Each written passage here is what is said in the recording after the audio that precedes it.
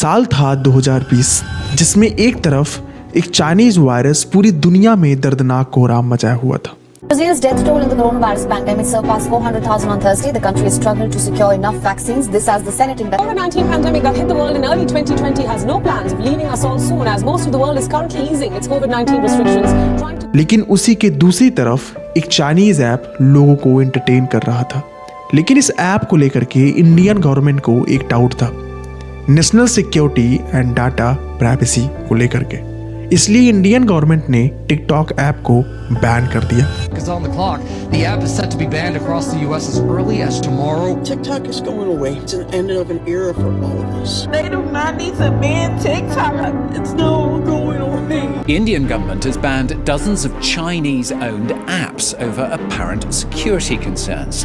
More than 200 Chinese apps have now been pulled off the Indian market. लेकिन इतना ही नहीं, TikTok के साथ साथ दर्जनों कंपनियों को बैन किया गया और उन्हीं दर्जनों कंपनियों में से एक कंपनी जो कि फैशन इंडस्ट्री में रेवोल्यूशन ला रहा था, उसको भी बैन किया गया। That company name is Shein. You heard of the company Shein? It's Shein. Shine. I say Shein. It's Shein. It's the latest brand to take the fast fashion world by storm. Shein isn't just fast fashion, it's ultra fast. I have an obsession with ordering from there. Y'all, the Shein package that I was waiting for arrived, so let's open it. A $500 Shein order. And it's really heavy, so... Welcome to the world of Shein. It was reported the fashion startup was worth $100 billion, which would make it more valuable than H&M and Zara combined. और इस band company को रिलायंस के मोटा भाई अब वापस India ला रहे हैं। Chinese fast fashion label Shein has made a comeback into the Indian market. Reliance Retail has brought back the very popular app Shein back into India after it was banned in 2020. Our partnerships with ASOS and Shein will bring trendy fashion products to the Indian market. This partnership with Reliance is seen as a win-win. This move puts the China-based ultra-low-cost, super-fast fashion brand in direct competition with Myntra and Tata Group-owned Zudio in the affordable fast fashion space. Shein company एक Chinese company है जो कि 2008 में Chris सू के द्वारा शुरू की गई थी। एक ऐसे समय पे इस कंपनी को शुरू की गई थी जिस समय पूरे वर्ल्ड में इकोनॉमिकल क्राइसिस चल रहा था। उस क्राइसिस में क्रिस सू को ये अपॉर्चुनिटी दिखी इस कंपनी को शुरू करने की। जहाँ पे पूरी दुनिया एक इकोनॉमिकल क्राइसिस से गुजर रहा था, वहाँ पे एक चाइनीज एंटरप्रेन्योर के दिमाग में ऐसे आइडियाज चल रहे थे। Depression, I don't know, right? So understanding how the brain works is where the tool comes in, where optics coming in.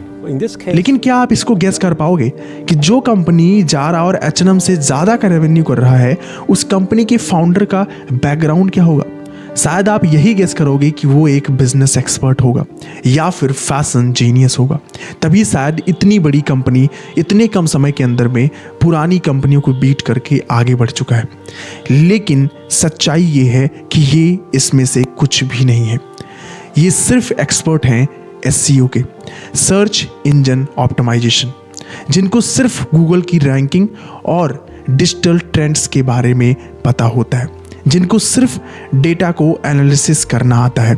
और इसी डेटा एनालिसिस और इसी SEO सर्च इंजन ऑप्टिमाइजेशन के बिहाफ पे इन्होंने इस Shein कंपनी को इतना बड़ा बनाया है। ये तो एक शॉकिंग बात है ही, लेकिन इससे भी बड़ी शॉकिंग बात ये है कि इस पूरी कंपनी को जीरो इन्वेंट्री और जीरो स्टोर पे रन करते हैं। इनका ग्राउंड पे कोई भी स्टोर नहीं है और ना ही ये एक भी इन्वेंट्री होल्ड करते हैं। अब हम जानते हैं कि जीरो इन्वेंट्री और जीरो स्टोर पर ये अपने बिजनेस को फॉरवर्ड कैसे करते हैं। इनके बिजनेस प्रोसेस को समझने के लिए हमें ये चैन समझना पड़ेगा। सबसे पहले नंबर पे आता है ट्रेंड स्पॉटिंग, फिर दूसरे नंबर पे आता है इनका डिजाइनिंग, फिर आपको मिलेगा मैन्युफैक्चरिंग, इसके बाद शिपिंग, फिर इसके बाद store presenting and then feedback, और फिर वापस ये उसी चैन में वापस आ जाते हैं और शुरू करते हैं ट्रेंड स्पॉटिंग से। ट्रेंड स्पॉटिंग में ये सबसे पहले डेटा एनालिसिस करते हैं। डेटा एनालिसिस इस बेसिस पे करते हैं कि कौन सी चीज़ें प्रेजेंट में लोगों के द्वारा ज़्यादा सर्च की जा रही हैं, और जो सर्च की जा रही है क्या वो सोशल मीडिया पे भी ट्रेंड है। अगर वो ट्रेंड होती है और वो डेटा एनालिसिस में भी एक अच्छे नंबर पे आती है तो फिर उस फैशन को डिज़ाइनिंग टीम के पास भेजा जाता है। डिज़ाइनिंग टीम उस पूरे ओवरऑल फैशन को एनालिसिस करके नए से नए और अच्छे से अच्छे डिज़ाइन को बनाने में ज़्यादा एफर्ट करते हैं और कम समय के अंदर में वो डिज़ाइन को रेडी करते हैं और डिज़ाइन फाइनल होने के बाद वो डिज़ाइन के पूरे प्रोसेस को मैन्युफैक्चरिंग के पास भेजते हैं। मैन्युफैक्चरर्स उस चीज़ को कम समय के अंदर में एक लिमिटेड स्टॉक रेडी करते हैं, उस लिमिटेड स्टॉक को परफेक्टली बनाते हैं और उसको डिज़ाइनिंग टीम से अप्रूव्ड कराते हैं और जब ये फाइनल आउटपुट डिज़ाइनिंग टीम के द्वारा अप्रूव्ड कर दी जाती है तभी इसको स्टोर पर शिफ्ट कर देते हैं और ये डेटा एनालिसिस से शिफ्ट करने में टाइमिंग सिर्फ 6 से 7 दिन का होता है। 6 से 7 दिन के अंदर में ये पूरा प्रोसेस कंप्लीट करते हैं जिससे कि जो भी ट्रेंड और डाटा को एनालिसिस किया गया है ऐसा ना हो कि उसको बनाने के बाद वो ट्रेंड ही ख़त्म हो जाए। उस ट्रेंड के अंतर्गत रहते हुए ही वो उस पूरे डिज़ाइन को, उस पूरे मॉडल को तैयार करते हैं और शिप कर देते हैं। शिपिंग होने के बाद फिर उसको स्टोर पे प्रेजेंट किया जाता है।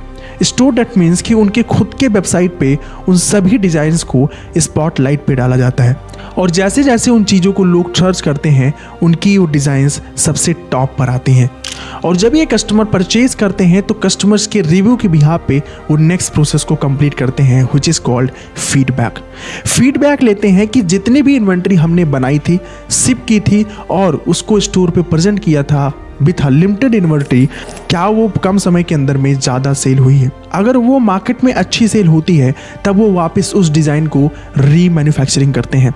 लेकिन अगर फीडबैक रॉन्ग आता है, लोग उस पर इंटरेस्ट नहीं दिखाते हैं या फिर इन्वेंट्री मूव नहीं होती है तो वो उस डिज़ाइन को इमीडिएटली वहाँ पे रोक देते हैं और नए डिज़ाइन पर सर्चिंग करना शुरू करते हैं, एनालिसिस करना शुरू करते हैं और इसी पूरे ओवरऑल चैन सिस्टम्स के थ्रू ये पूरे बिजनेस को बहुत ही पोलाइट वे में रन करते हैं और जिसके आउटपुट कुछ ऐसे निकलते हैं कि 47 से 50 साल पुरानी ब्रांड कंपनियां, जारा और H&M जैसी कंपनियों को जिनके स्टोर्स फिजिकली अवेलेबल हैं उनको बीट्स करके ये आगे निकल जाते हैं। लेकिन अब बात करते हैं कि जो कंपनी इंडिया में बैन कर दी गई वो रिलायंस के मोटा भाई इसको वापस कैसे ला रहे हैं। क्या ये इंडियन गवर्नमेंट की लॉ के खिलाफ जा रहे हैं? अब हम इस पर बात करते हैं। जैसा कि हम जानते हैं कि कोरोना टाइम में टिकटॉक के साथ सीन जैसी कंपनियों को भी बैन किया गया था। The Indian government has banned dozens of Chinese-owned apps over apparent security concerns. More than 200 Chinese apps have now been pulled off the Indian market. Ban करने के पीछे का रीजन था नेशनल सिक्योरिटी और डाटा प्राइवेसी को लेकर के। Government को ये डाउट था कि कहीं ना कहीं चाइना हमारे देश के डेटा को गलत तरीके से यूज करेगी, इसलिए इंडियन गवर्नमेंट ने इन ऐप्स को बैन कर दिया। लेकिन रिलायंस के मोटा भाई ने उस प्रॉब्लम को आइडेंटिफाई किया जिसकी वजह से कोरोना टाइम में इन कंपनियों को बैन किया गया था, which is called data privacy and national security. और उसी के बिहाफ पे रिलायंस के मोटा भाई ने इन सीन कंपनी के साथ डील किया है। डील कुछ इस तरीके से हुई है कि हम मैन्युफैक्चरिंग करेंगे इंडिया के अंदर में, हम डेटा मैनेज करेंगे कस्टमर्स के इंडिया के अंदर में, हम पूरी कंपनी को ऑपरेट करेंगे इंडिया के ही अंदर में, हेडक्वार्टर भी इंडिया के अंदर में। लेकिन हमें आपसे क्या चाहिए? हमें आपसे सिर्फ आपका legal name that is called seen और आपका टेक चाहिए। मतलब रिलायंस के मोटा भाई सिर्फ उनका नाम और टेक यूज करने के लिए उनको पैसा चार्ज करेंगे, बाकी सारी चीज़ों पर ओनरशिप रिलायंस की होगी। सो इसलिए यहाँ पे ना तो रूल को ब्रेक किया जा रहा है और ना ही रूल्स को क्रैक किया जा रहा है, बस एक रेवोल्यूशन लाया जा रहा है इंडियन फैशन इंडस्ट्री के अंदर में। और देखते हैं कि ये इंडियन फैशन इंडस्ट्री के अंदर में कितना बड़ा और कितने अच्छे तरीके से रेवोल्यूशन ला सकते हैं, क्योंकि जहाँ पे ज़ूडियो जैसी कंपनियाँ, H&M और जारा जैसी कंपनियाँ हैं वहाँ पे ये कैसे बीट्स करते हैं। अब देखते हैं इनके फ्यूचर के ऊपर में। अब बात करते हैं कि इस टॉपिक से लर्निंग क्या है। लर्निंग ये है डाटा ड्रिवन डिसीजन। अगर आप डेटा से ड्रिवन डिसीजन लेते हैं तो चांसेस कम हैं फेल होने के और नंबर्स रेट बढ़ जाते हैं सक्सेस होने के। इसलिए कभी भी डिसीजन लो तो डेटा ड्रिवन डिसीजन लो, जिससे फेल होने के चांसेस कम हो जाए। सो इसलिए आज की वीडियो में बस इतना ही। आगे मिलते हैं किसी नए वीडियो में नए केस स्टडी के साथ। तब तक के लिए जय हिंद, जय भारत।